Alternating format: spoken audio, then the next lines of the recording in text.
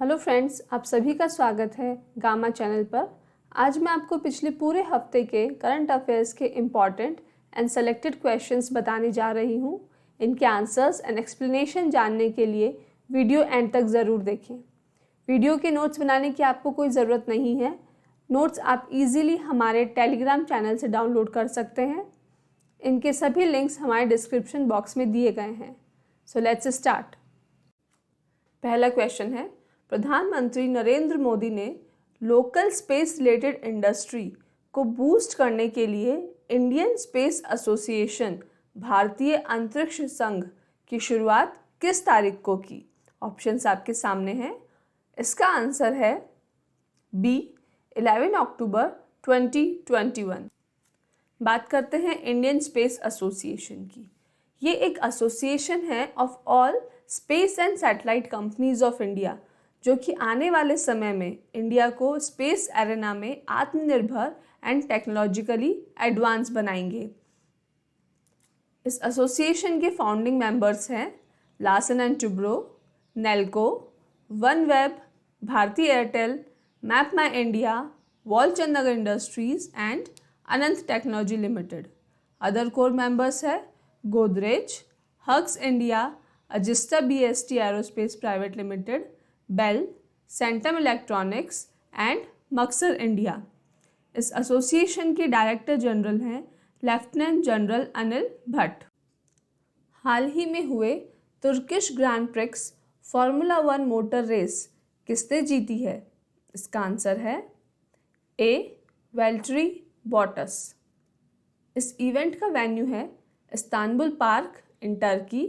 बॉटस Mercedes team से belong करते हैं और वो फिनलैंड देश के हैं। अगला सवाल देखते हैं, astronautical society of India ASI द्वारा प्रतिष्ठित आर्यभट्ट पुरस्कार 2021 किसे दिया गया है? इसका आंसर है ए डॉक्टर जी सतीश रेड्डी। डॉक्टर रेड्डी DDR&D के सेक्रेटरी हैं, साथ ही DRDO के चेयरमैन भी है। उन्हें ये अवार्ड इंडिया में एस्ट्रोनॉटिक्स को बढ़ावा देने के लिए दिया गया है। ASI के प्रेसिडेंट हैं डॉक्टर के सिवन। ASI की स्थापना हुई थी 1990 में और इसका हेडक्वार्टर है नई दिल्ली। देखते हैं अगला क्वेश्चन। 2021 का नोबेल प्राइज़ फॉर इकोनॉमिक्स अर्थशास्त्र किसे मिला है? Answer A David card, Joshua Angrist and Guido immense. David card को यह प्राइज़ उनके labour market analysis through natural experiments के लिए मिला है। उन्होंने पता लगाया है किस प्रकार minimum wages, immigration and education labour market को अफेक्ट करते हैं। वहीं Joshua Angrist and Guido immense, उन्हें यह प्राइज़ यह पता लगाने के लिए मिला है कि इस एक्सपेरिमेंट का प्रिसीजन लेवल कितना है, मतलब कितना प्रतिशत इसके रिजल्ट्स सही हैं। नोबेल पुरस्कार की हम बात करते हैं। यह award royal Swedish academy of sciences द्वारा दिया जाता है, जो कि स्टॉकहोम स्वीडन में है। इस अवार्ड में आपको एक गोल्ड मेडल मिलता है और साथ ही 10 मिलियन स्वीडिश क्रोनर, इसकी कीमत 1.14 मिलियन है। रिसेंटली मेडिसिन का नोबेल पुरस्कार मिला है David Julius and Ardem Patapoutian को। फिजिक्स का मिला है Syukuro Manabe, Klaus Hasselmann and Giorgio Parisi को। डियर स्टूडेंट्स, अगर आप सब एग्ज़ाम रिलेटेड कंटेंट एक ही चैनल पर चाहते हैं तो इस चैनल को अभी सब्सक्राइब करें और बेल आइकन को प्रेस करें ताकि सभी लेटेस्ट वीडियो आपको मिलते रहें। और अगर एग्ज़ाम प्रेप को आप हाई लेवल पर ले जाना चाहते हैं तो डिस्क्रिप्शन में आपको ऐप और टेलीग्राम चैनल का लिंक मिल जाएगा। 11 अक्टूबर 2021 को मनाए जाने वाले international day of the girl child, अंतर्राष्ट्रीय बालिका दिवस की थीम क्या है? Answer C digital generation our generation. इस दिवस के दूसरे नाम है the day of the girls और international day of the girl. 2021 में जनरेशन इक्वालिटी फोरम ने कुछ 5 ईयर कमिटमेंट्स लॉन्च किए थे to resolve the problem of gender inequality, यानी लिंग असमानता को दूर करना है। कोविड के समय लोग ऑफलाइन से ऑनलाइन प्लेटफॉर्म की तरफ शिफ्ट हुए हैं for learning, earning and connecting, लेकिन 2 अरब लोग जिनकी आयु 25 साल से कम है, उनके पास अभी भी घरों में इंटरनेट एक्सेस नहीं है, ना ही कोई मोबाइल या लैपटॉप है। इसमें भी गर्ल्स के पास बॉयज़ के कंपैरिजन में कम डिवाइसेस हैं, तो वो उनका इस्तेमाल भी कम कर पाती हैं। इसे ही जेंडर डिजिटल डिवाइड कहा गया है। इस दिवस का मुख्य लक्ष्य है to focus on gender digital divide, ताकि गर्ल्स एंड बॉयज़ को समान रूप से tech related skills and jobs मिल सके by using these online platform and digital platform equally. इनमें से कौन पाकिस्तान के परमाणु बम के पिता के रूप में जाना जाता है, यानी father of Pakistan's nuclear bomb? Answer D, doctor Abdul Qadeer Khan.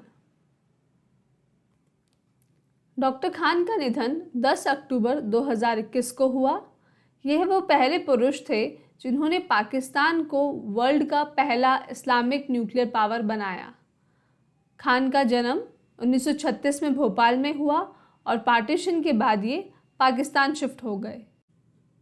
अक्टूबर 2021 में United Nation human right council, संयुक्त राष्ट्र मानवाधिकार परिषद द्वारा घोषित नया फंडामेंटल राइट यानी कि मौलिक अधिकार इनमें से कौन सा है? C, access to clean, healthy and sustainable environment. इस राइट की शुरुआत 1972 में स्टॉकहोम डिक्लेरेशन से हुई थी।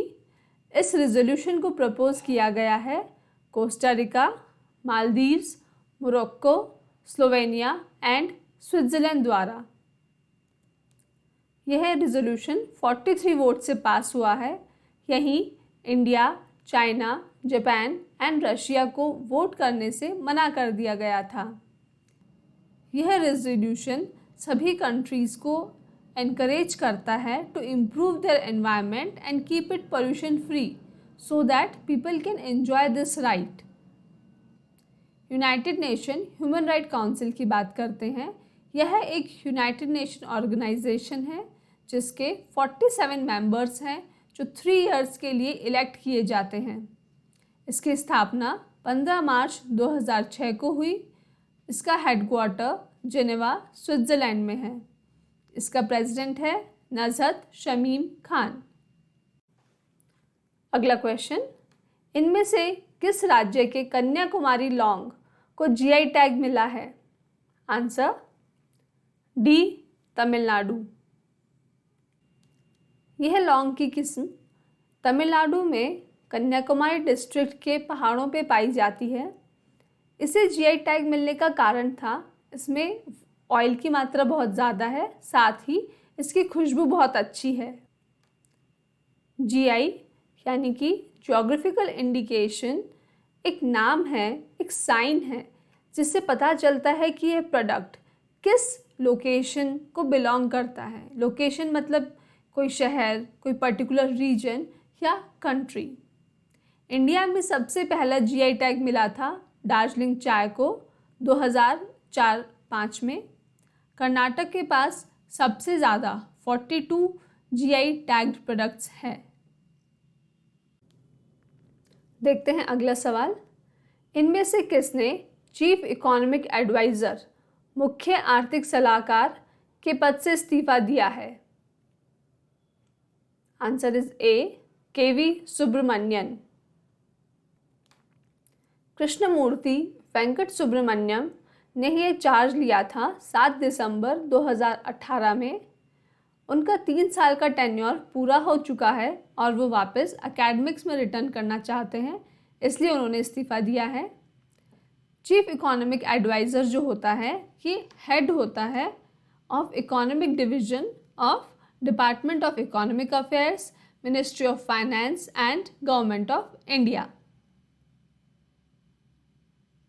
अगला क्वेश्चन, इनमें से किस कंपनी ने जयपुर इंटरनेशनल एयरपोर्ट का प्रबंधन संभाला है? Answer is C, Adani group. Adani group ने ये responsibility airport authority of India से ली है for the time period of 50 years.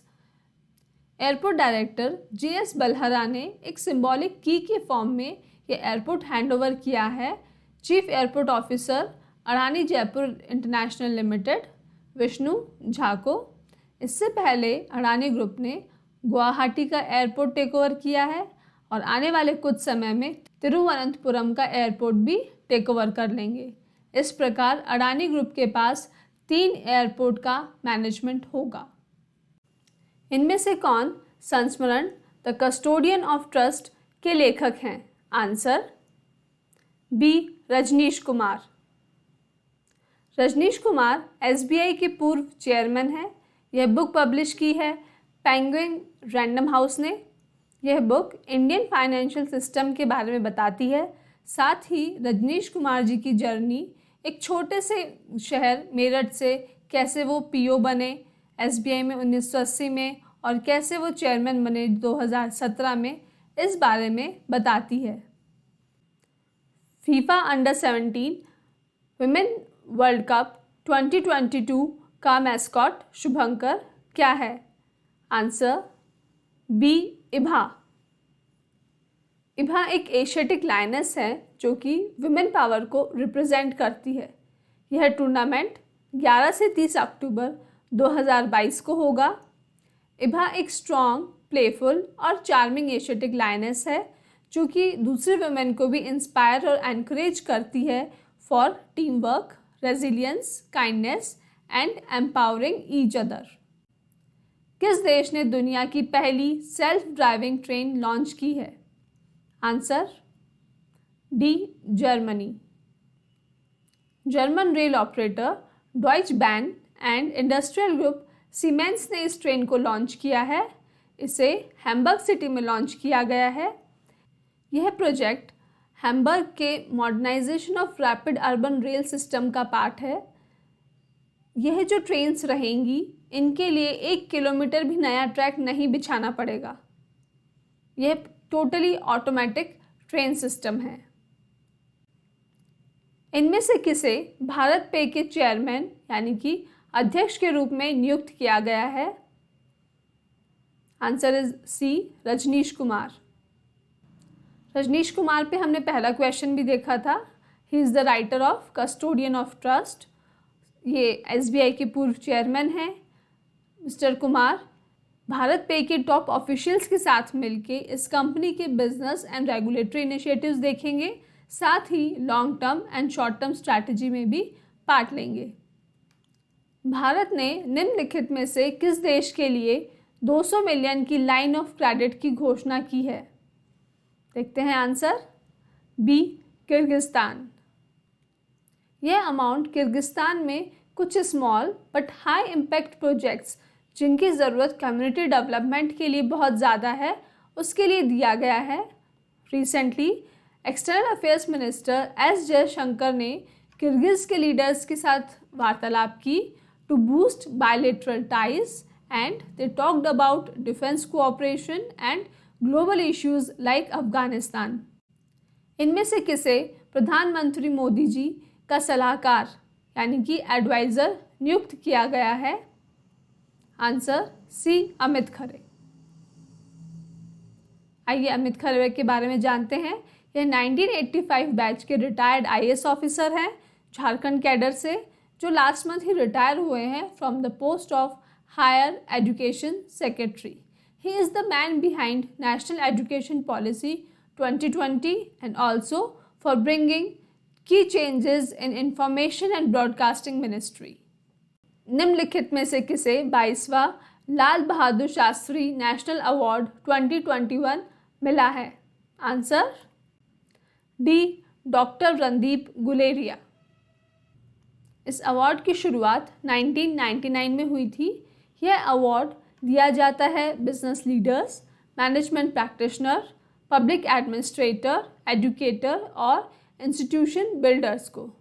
Award के पीछे मकसद है, यह जो लोग हैं इन्होंने अपने प्रोफेशन में एक एक्सीलेंस हासिल की है, इनका कंट्रीब्यूशन बहुत ज़्यादा है, इसलिए उन्हें यह अवार्ड दिया जाता है to recognise their achievements and contribution. Doctor Guleria AIIMS के डायरेक्टर हैं, साथ ही एक बहुत ही एमिनेंट पल्मोनोलॉजिस्ट हैं। उन्हें यह award vice president M Venkaiah Naidu ने उपराष्ट्रपति निवास पे दिया था।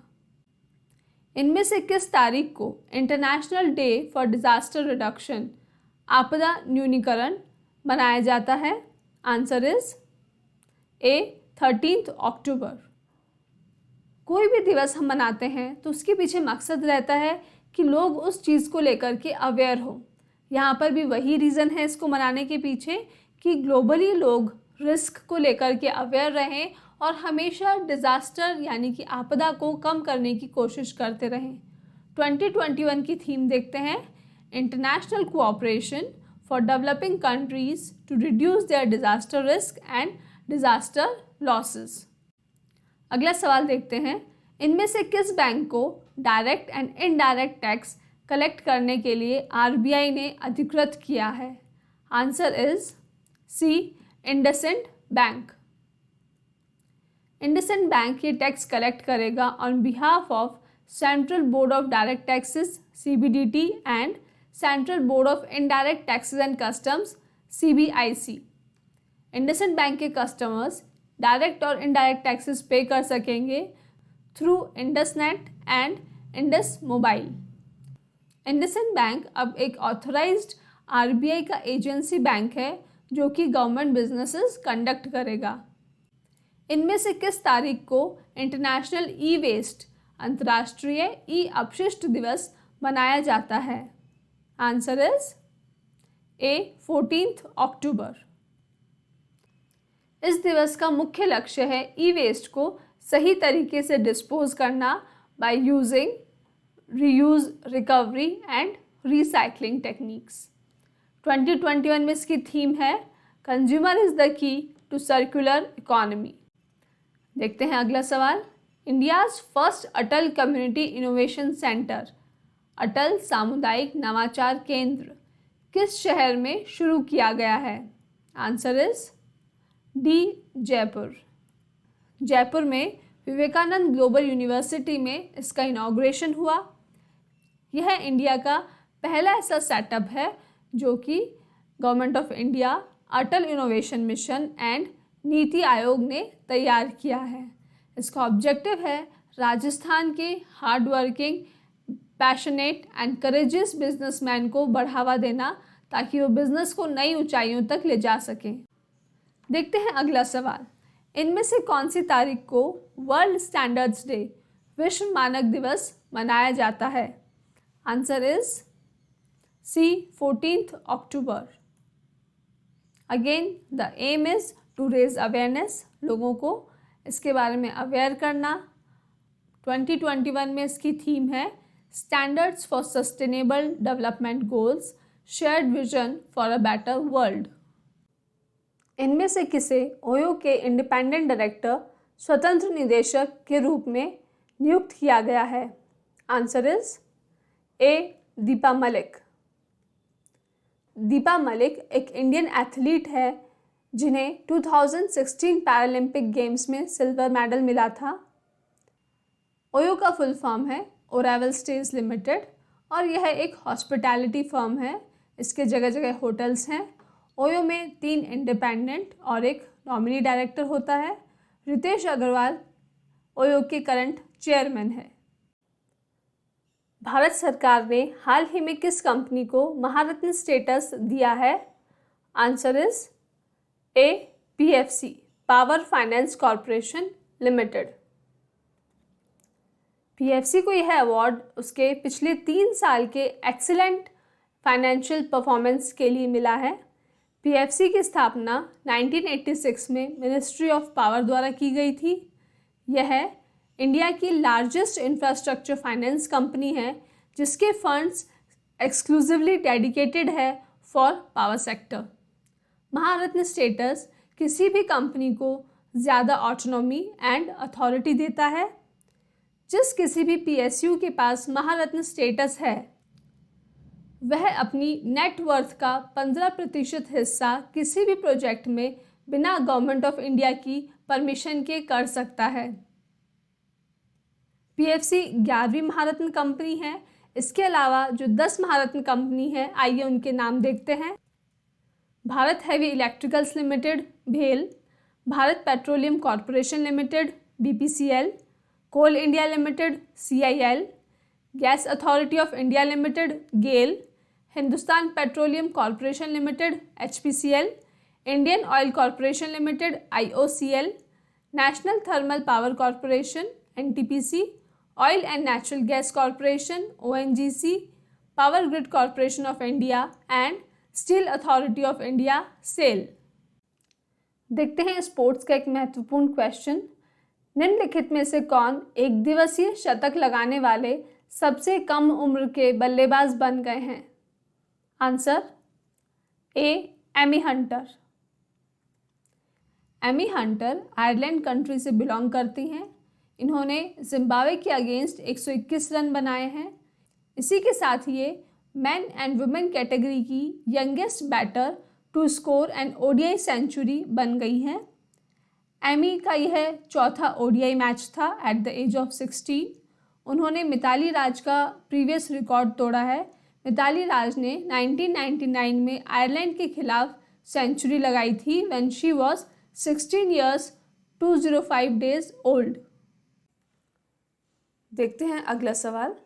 वर्ल्ड हेल्थ ऑर्गेनाइजेशन विश्व स्वास्थ्य संगठन ने इनमें से किस बीमारी को हराने के लिए पहला वैश्विक रोड मैप तैयार किया है? Answer is A. मेनिंजाइटिस। यह रोड मैप WHO ने अपने partners UNICEF, PATH and Gates foundation के साथ मिलकर तैयार किया है। इसका गोल है टू इरेडिकेट और to remove this disease by 2030। Meningitis की बात करें तो यह एक इन्फ्लेमेटरी डिजीज़ है जो कि ब्रेन एंड स्पाइनल कॉर्ड की मेम्ब्रेन को अफेक्ट करती है। यह डिजीज़ बैक्टीरिया और वायरस द्वारा होती है। इनमें से किस तारीख को international day of rural women ग्रामीण महिला अंतर्राष्ट्रीय दिवस मनाया जाता है? Answer is C. 15 अक्टूबर। इस दिवस का मुख्य लक्ष्य है लैंगिक समानता और ग्रामीण महिलाओं का सशक्तिकरण। 2021 में इसकी थीम है rural women cultivating good food for all. जैसा कि हम सभी जानते हैं, जो भी हम खाना खाते हैं, जो भी अनाज है, वह सब गांव में प्रोड्यूस होता है और उनको कौन करता है? ग्रामीण महिलाएं।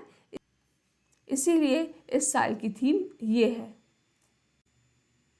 इनमें से किस तारीख को वर्ल्ड साइट डे यानी कि विश्व दृष्टि दिवस मनाया जाता है? Answer is B. 14 अक्टूबर। यह दिवस अक्टूबर महीने के दूसरे गुरुवार को मनाया जाता है, जो कि इस साल 14 अक्टूबर को था। इस दिवस की थीम है लव योर आइज यानी अपनी आँखों से प्यार करिए, उनका ध्यान रखिए। देखते हैं अगला सवाल।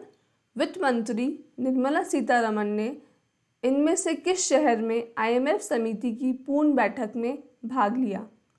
Answer is B. वॉशिंगटन। यह मीटिंग 14 अक्टूबर को वॉशिंगटन DC में हुई थी। IMFC international monetary and finance committee IMF की कमेटी है जो कि IMF के एजेंडा को गाइड और तैयार करती है। IMF के कुछ 190 मेंबर कंट्रीज़ हैं जिनके गवर्नर्स या अल्टरनेट गवर्नर्स ने ये मीटिंग अटेंड करी। इस मीटिंग का एजेंडा था यूनिवर्सल वैक्सीनेशन। कोरोना को समाप्त करने के लिए सभी देशों को जल्द से जल्द एक्शन लेके सभी जगह वैक्सीनेशन को बढ़ावा देना है। यही इसकी थीम भी थी, वैक्सीनेट, कैलिब्रेट एंड एक्सेलरेट। अगला सवाल। अलास्का में आयोजित होने वाले युद्ध अभ्यास जो कि एक सैन्य अभ्यास है, इनमें से कौन से देश भाग लेंगे? आंसर देखते हैं। ए इंडिया एंड यूएसए। इस इवेंट का वेन्यू है जॉइंट बेस एल्मंडॉर्फ रिचर्डसन इन अलास्का, यूएसए। इसकी तारीख है 15 से 29 अक्टूबर 2021। यह जो एक्सरसाइज है इंडिया और यूएस के बीच largest running joint military training है और साथ ही साथ इसके थ्रू दोनों देशों के बीच एक डिफेंस कोऑपरेशन भी डेवलप होता है। यह 17वां एडिशन है इंडिया और यूएसए की जॉइंट एक्सरसाइज का। इनमें से किसे एक्सिस बैंक के मैनेजिंग डायरेक्टर एंड सीईओ के रूप में पुनः नियुक्त किया गया है? Answer is C Amitabh Chaudhary. Axis bank एक प्राइवेट सेक्टर लेंडर है। अमिताभ चौधरी पहले भी यहाँ के एमडी और सीईओ रह चुके हैं। इन्हें फिर से अगले 3 साल के लिए नियुक्त किया गया है, जो पीरियड शुरू होगा 1 जनवरी 2022 से। इंडियन बैंक एसोसिएशन, भारतीय बैंक संघ आईबीए का अध्यक्ष इनमें से किसे नियुक्त किया गया है? Answer is a Atul Kumar Goyal. Atul Kumar Goyal UCO bank के पूर्व सीईओ रह चुके हैं। इससे पहले आईबीए के चेयरमैन थे यूनियन बैंक ऑफ इंडिया के सीईओ राजकिरण राय। तो अतुल कुमार राजकिरण राय को सक्सीड करेंगे। वर्ल्ड स्टूडेंट डे यानी कि विश्व छात्र दिवस इनमें से किस तारीख को मनाया जाता है? आंसर इज डी 15 अक्टूबर। यह दिवस भारत के पूर्व राष्ट्रपति late doctor APJ Abdul Kalam की बर्थ एनिवर्सरी को ऑनर करने के लिए मनाया जाता है। इस साल की थीम है learning for people, planet, prosperity and peace. देखते हैं आज का आखिरी क्वेश्चन। वर्ल्ड अर्थराइटिस डे यानी विश्व गठिया दिवस इनमें से किस तारीख को मनाया गया है? आंसर इज सी 12 अक्टूबर। यह दिवस लोगों में अर्थराइटिस को लेकर जागरूकता बढ़ाने के लिए मनाया जाता है। अर्थराइटिस में हमारी बोन्स एंड जॉइंट्स में सूजन रहती है, दर्द रहता है और स्टिफनेस रहती है। यह बीमारी समय के साथ और तकलीफदायक हो जाती है। इस दिवस की शुरुआत arthritis and rheumatism international ARI ने 1996 में की थी, ताकि पॉलिसी मेकर्स का ध्यान इस बीमारी की तरफ जाए। 2021 में इसकी थीम है don't delay, connect today, time to work. तो इसी के साथ हमारा वीकली करंट अफेयर्स ख़त्म होता है। अगर आपको वीडियो पसंद आए तो लाइक और शेयर ज़रूर कीजिए। Thank you for watching. तो दोस्तों, अगर आप चाहते हो कि ऐसा ही क्वालिटी कंटेंट आपको मिलता रहे जो हेल्प करे आपको आपकी एग्ज़ाम प्रेप में, तो इस सर्कल में जो गामा का लोगो है उसको क्लिक करके इस चैनल को सब्सक्राइब करें। Thank you.